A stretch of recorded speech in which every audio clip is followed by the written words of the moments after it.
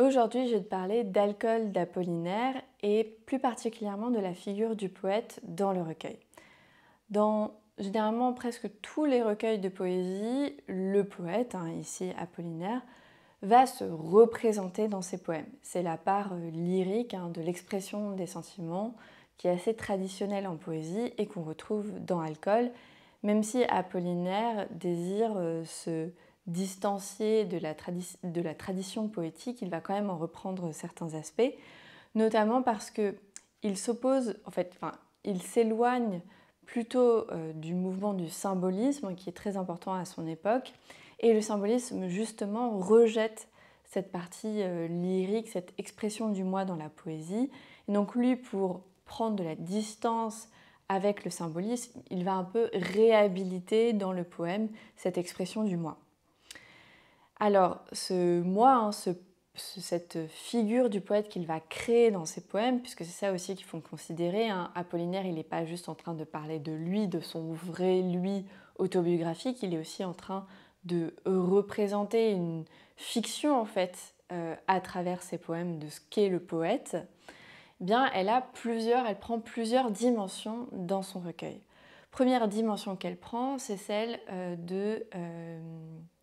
du mal-aimé, qu'on va retrouver notamment assez bien délimité dans la chanson du mal-aimé, qui commence de cette manière-là et qui donne un peu le ton.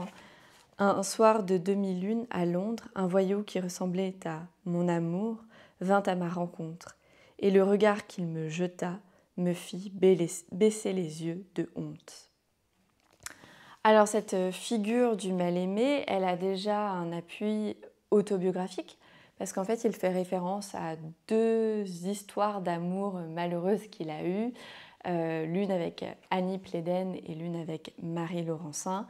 Et ces deux femmes vont constituer des cycles dans tout le recueil. On peut associer souvent les recueils qui parlent d'amour à l'une ou l'autre histoire, et c'est aussi une manière de pouvoir, face à un recueil qui est quand même très déstructuré dans sa manière de s'organiser, c'est une manière de trouver une nouvelle structure, de nouvelles structures à l'intérieur du recueil, que d'associer des poèmes soit à Marie Laurencin, soit à Annie Pléden. Bon.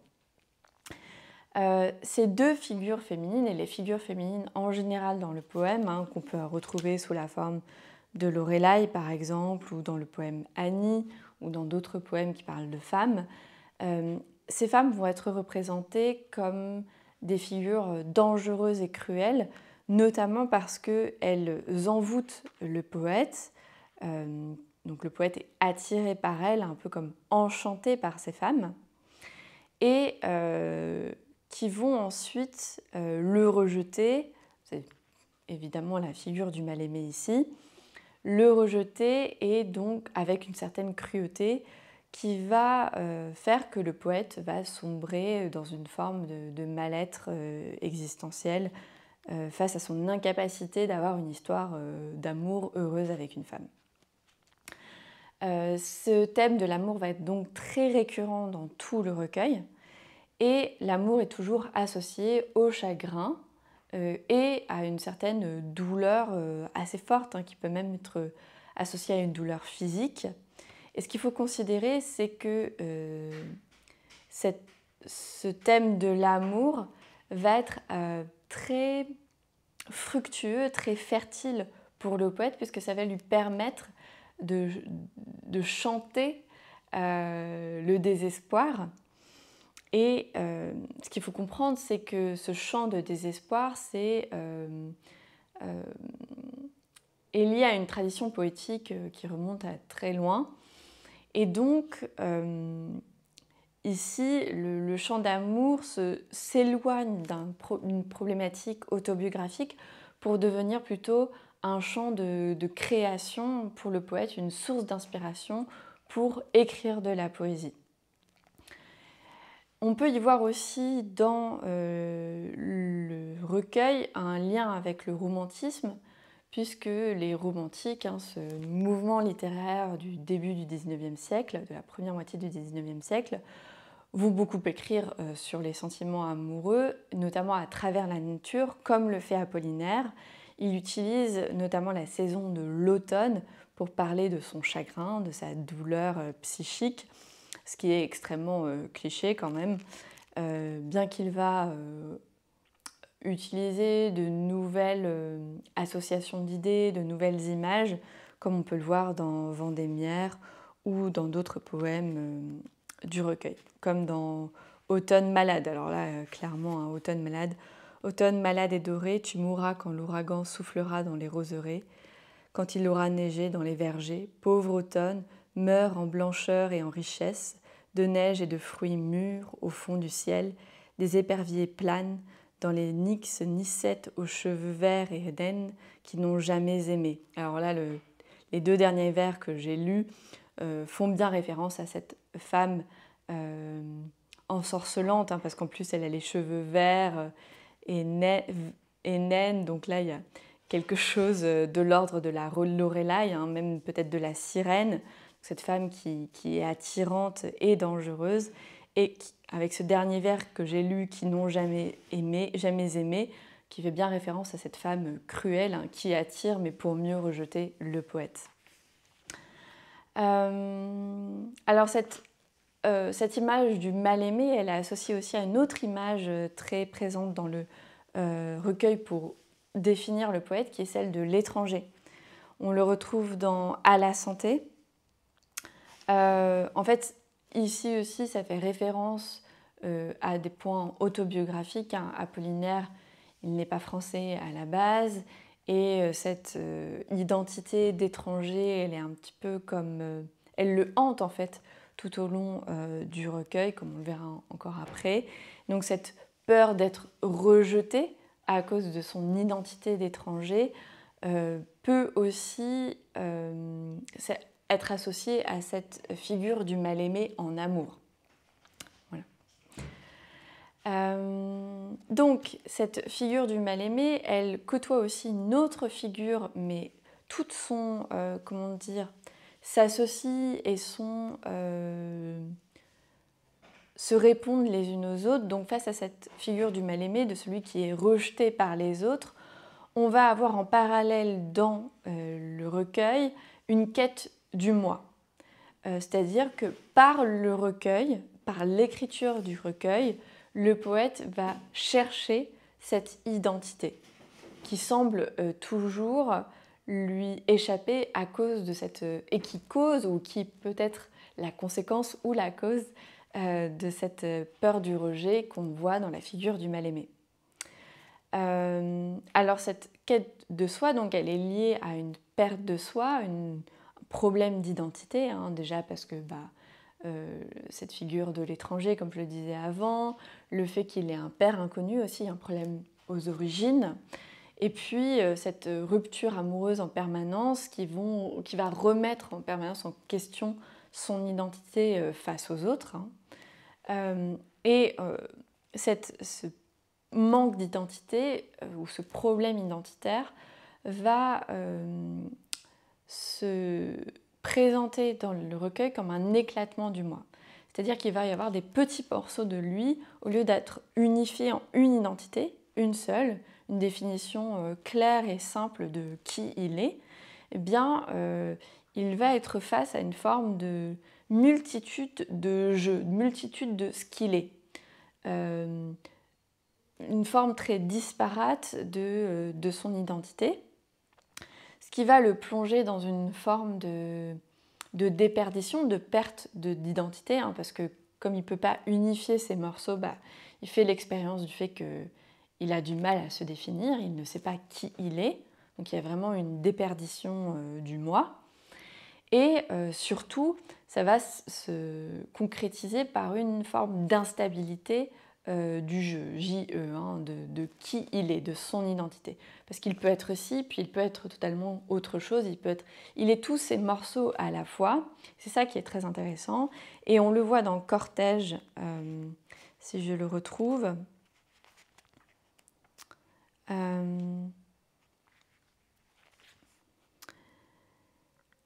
Où en fait, la figure elle-même du cortège dit bien cet éclatement en plusieurs morceaux du moi, Mais en même temps, et c'est là où je veux en venir, c'est que le recueil, tel qu'il est construit aussi, alors là je te conseille d'aller voir ma vidéo sur la modernité poétique en jeu dans le texte, parce que je l'explique en long, en large, en travers, c'est que la structure du recueil peut être aussi comprise comme une quête pour se découvrir lui-même et se construire comme poète, comme le poète, donc trouver une identité dans l'écriture poétique et par l'expérimentation du langage poétique.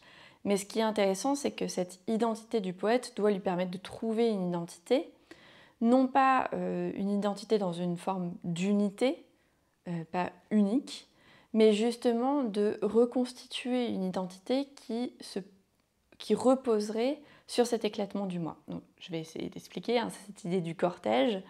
C'est que le cortège forme quand même un tout, puisqu'on a un mot pour parler de quelque chose de disparate, et pourtant qui forme une totalité. Et donc, il trouve une identité dans la juxtaposition de ces différents moi, de ces différents potentiels et possibles qu'il est. Notamment, on le voit dans Zone, il va juxtaposer ces moi dans le temps, donc ce qu'il est dans le présent, ce qu'il est dans l'avenir, ce qui pourrait être dans l'avenir, et ce qu'il était dans le passé. Et ça va lui permettre de rassembler ces différents moi à l'intérieur du poème, et donc de se construire une identité dans la disparité. Et aussi, l'autre façon qu'il a de se créer un moi, c'est ce que j'explique aussi dans cette autre vidéo que je te conseille d'aller voir, c'est qu'il va ingérer le monde. Puisqu'en fait, cet éclatement du moi, elle est aussi due aux conditions, aux circonstances, au fait que le monde, de toute façon, il est très discontinu. Et donc, en essayant d'ingérer le monde, d'en faire quelque chose en lui-même, et en fait, il ingère le monde comment ? En écrivant de la poésie, finalement, il va retrouver une forme pas d'unité, mais de tout, qui va lui permettre de devenir Guillaume Apollinaire. Et c'est ça qui est intéressant aussi ici, c'est le mot vraiment devenir, c'est que le recueil doit aussi s'envisager comme un processus pour créer son identité. Et là, on le voit vraiment dans le poème Cortège. Alors, j'en suis au 1, 2, 3, 4e strophe, le début de la 4e strophe. Un jour, je m'attendais moi-même. Donc là, il y a vraiment cette idée que dans le passé, il y a le fait qu'il ne se trouve pas, qu'il ne sait pas qui il est, puisqu'il s'attend. Je me disais, Guillaume, il est temps que tu viennes pour que je sache enfin celui-là que je suis. Moi qui connais les autres, je les connais par les 5 sens et quelques autres. Il me suffit de voir leurs pieds pour pouvoir refaire ces gens à milliers. Donc il y a déjà l'idée que le poète est capable de reprendre le monde et de les connaître par l'écriture poétique. Et on va aller, un jour je m'attendais moi-même. Il y a vraiment cette idée d'attente. Le cortège passait et j'ai cherché mon corps. Tous ceux qui survenaient n'étaient pas moi-même, à mener un à un les morceaux de moi-même. On me bâtit peu à peu comme on élève une tour.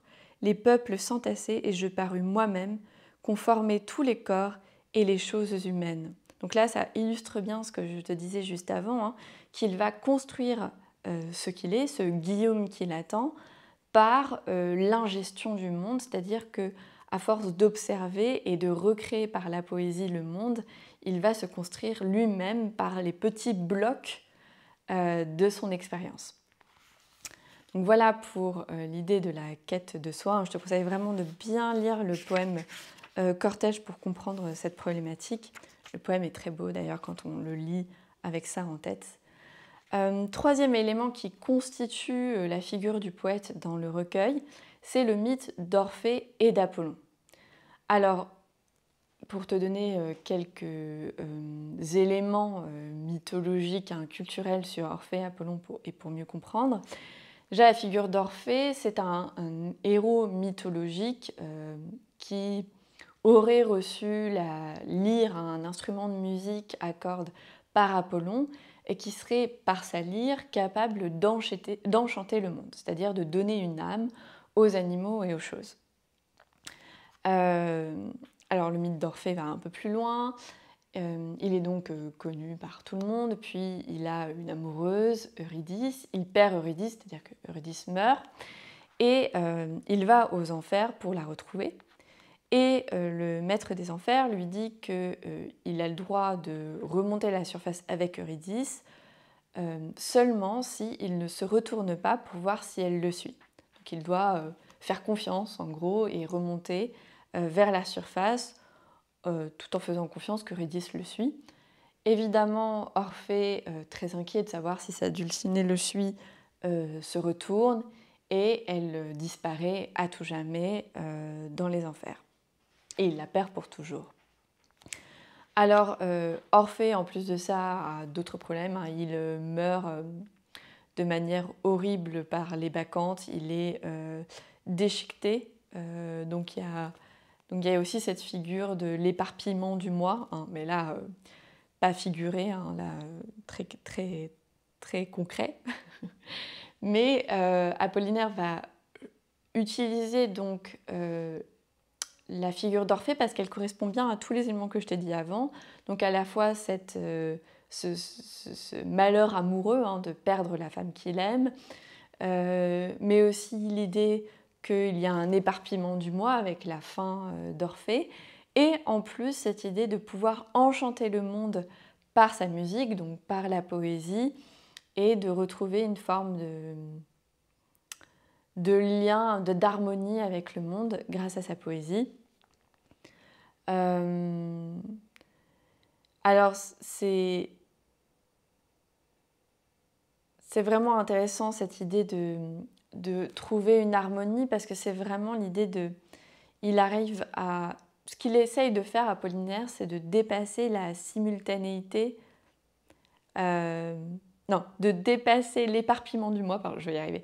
De dépasser l'éparpillement du moi par la simultanéité dans le temps. C'est ce que je te disais en voulant faire une sorte de collage des instants passés, à venir et présents. Et ce qu'il va essayer de faire, c'est de concentrer en lui-même toutes les strates du temps, mais aussi tous les lieux, mais aussi tous les objets du monde, de recréer une totalité en lui, en gros de donner une âme aux choses, et de créer une forme de corps-univers, c'est-à-dire que son corps contient tout l'univers, mais son corps, c'est quoi ? C'est le recueil en fait. Et donc il va dépasser le morcellement par ce corps-univers qui essaye de rétablir une totalité du monde dans le recueil. En plus de ça, que ce soit Orphée ou Apollon, on voit bien qu'il y a une forme de divinisation du poète, de la figure du poète, par les mythes, qui essayent aussi de donner une forme d'unité au jeu grâce aux mythes. Voilà, il y a l'idée hein, que Orphée il a un pouvoir céleste, qu'il arrive à enchanter le monde, comme Apollinaire essaye de le faire aussi, notamment en provoquant une forme d'émerveillement chez le lecteur et par la puissance de sa création, ce qu'essaye aussi de faire Apollinaire dans son recueil. Et donc, les mythes ici servent à reconstruire une image de soi qui passe par une image de l'écrivain. C'est pour ça qu'est important la figure du poète dans Alcool, c'est que comme on peut le comprendre comme une quête de soi, le fait de se figurer de différentes manières dans le poème va être vraiment important, essentiel dans la compréhension du recueil. Voilà. J'espère que ces éléments de réponse un peu pour mieux comprendre les aspects plus complexes du recueil te permettront de mieux comprendre ce recueil. N'hésite pas à me poser des questions en commentaire et à aller voir mes autres vidéos sur Apollinaire. Et je te souhaite de bonnes révisions pour le bac.